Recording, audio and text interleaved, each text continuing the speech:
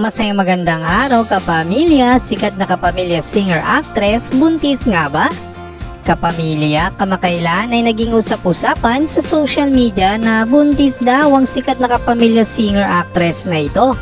Nagugat ang espekulasyon na buntis na daw ang sikat na kapamilya singer-actress Sarah Geronimo dahil sa biglaang pag-postpone ng concert nila ni Bamboo sa Pampanga na dapat sana noong October 1 pero inilipat ang petsa ng concert sa October 29.